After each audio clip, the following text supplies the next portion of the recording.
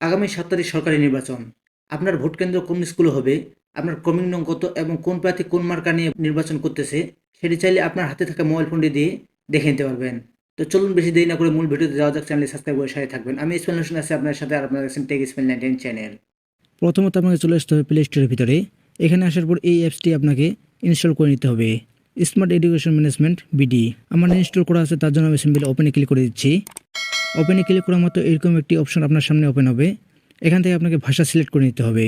ভাষা সিলেক্ট করা মাত্র এরকম একটি ইন্টারফেস আপনার সামনে ওপেন হবে। এখানে দেখতে পাচ্ছেন জন্ম তারিখ লিখুন। এখানটি আপনার জন্ম তারিখটি দিয়ে দিতে হবে।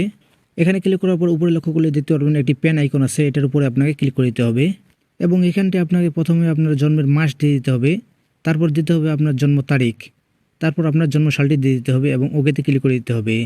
ওকেতে ক্লিক করার পর নিচে লক্ষ্য করলে দেখতে পারবেন এনআইডি নাম্বার লিখুন।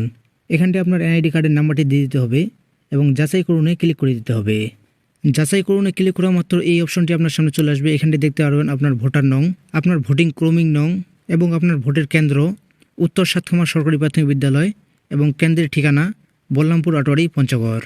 এরপরেও যদি আপনার চিনতে অসুবিধা হয়, তার জন্য এখানে কেন্দ্রের ছবি দেওয়া হয়েছে। তার একটু উপরে লক্ষ্য করলে দেখতে পাবেন দিক নির্দেশনা। এটার উপরে ক্লিক করলে আপনাকে সরাসরি গুগল ম্যাপে নিয়ে যাবে। গুগল ম্যাপে আসার পর এখানে ডিরেকশনে ক্লিক করে দিলেই আপনি ম্যাপ দেখে সরাসরি সেই কেন্দ্রে চলে যেতে পারবেন এবং এখান থেকে একটু নিচে চলে এলে দেখতে পারবেন প্রার্থীর নাম এবং প্রার্থীর মার্কা। এখান থেকে যদি আপনি বিস্তারিত দেখুন ক্লিক করেন, তাহলে প্রার্থীর মার্কা এবং ছবি চলে আসবে। আবারও যদি বিস্তারিত দেখুন ক্লিক করেন, তাহলে প্রার্থীর হলফনামা, আয়কর রিটার্ন, নির্বাচনী আয়, ব্যক্তিগত আয়ের বিবরণ দেখতে পারবেন।